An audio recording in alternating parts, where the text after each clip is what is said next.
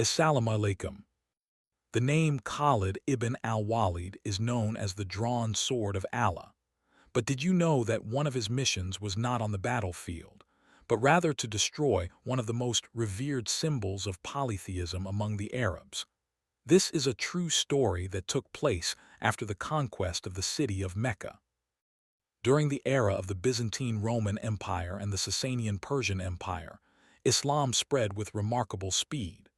Within a period of approximately 18 years, these two great powers were defeated by the Muslim forces.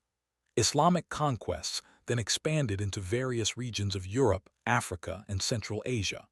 In that period, a number of Muslim military commanders emerged and left their mark on history, one of whom was Khalid ibn al-Walid, radiyallahu, anhu. Khalid ibn al-Walid is known as the first great military commander of Islam.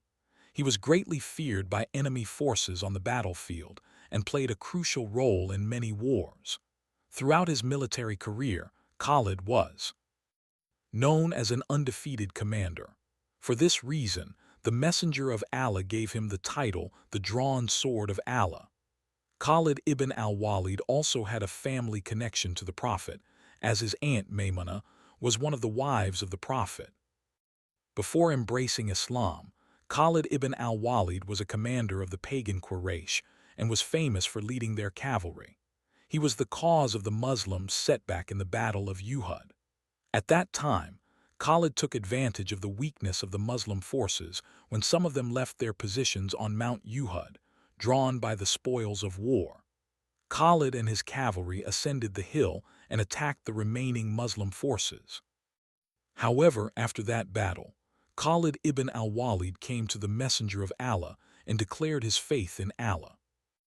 After embracing Islam, Khalid ibn al-Walid demonstrated his strategic brilliance in numerous battles and succeeded in defeating enemy forces. He was known as a master of military tactics, skilled in the use of weapons, highly proficient in horsemanship, and charismatic among his soldiers.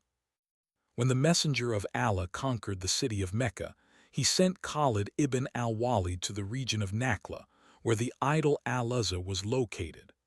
Al-Uzza was the greatest idol worshipped by Banu Kinana and Banu Mudhar. From Abu al-Tufil radiyallahu anhu, he said, when the Messenger of Allah conquered the city of Mecca, he sent Khalid ibn al-Walid to Nakhlah, where the idol al-Uzza was located. Khalid went to al-Uzza and found that it consisted of 3 samura trees enclosed within a building. Khalid then cut down the 3 trees and destroyed the building surrounding them. After that, he returned to the Prophet FDFA and informed him of what he had done. The Messenger of Allah said, "Go back, for you have not done anything." Khalid then returned to Nakhlah. When the custodians of al-Uzza saw him approaching, they looked toward a nearby mountain while shouting, "O Uzza!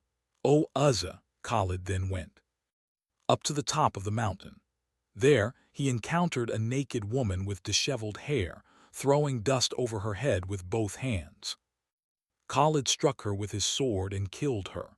After that, Khalid returned to the Messenger of Allah and informed him of what he had done. The Messenger of Allah said, "That was al-Uzza, Achar and Nasai." This event was narrated by Imam an-Nasai in Sunan al-Kubra, with a chain of narration from Abu al-Tufil, as recorded in the original Arabic wording of the Hadith and its translation. In this narration, it is explained that al-Uzza took the form of 3 revered samura trees, had a protective structure built around it, and was guarded by custodians. The true nature of al-Uzza became apparent when Khalid returned and encountered the female Jinn that inhabited the tree, whom he then killed with his sword. The courage of Khalid ibn al-Walid in destroying al-Uzza stands as a clear example of the faith of the companions of the Prophet, radiyallahu anhum, a faith that Allah has commanded us to emulate.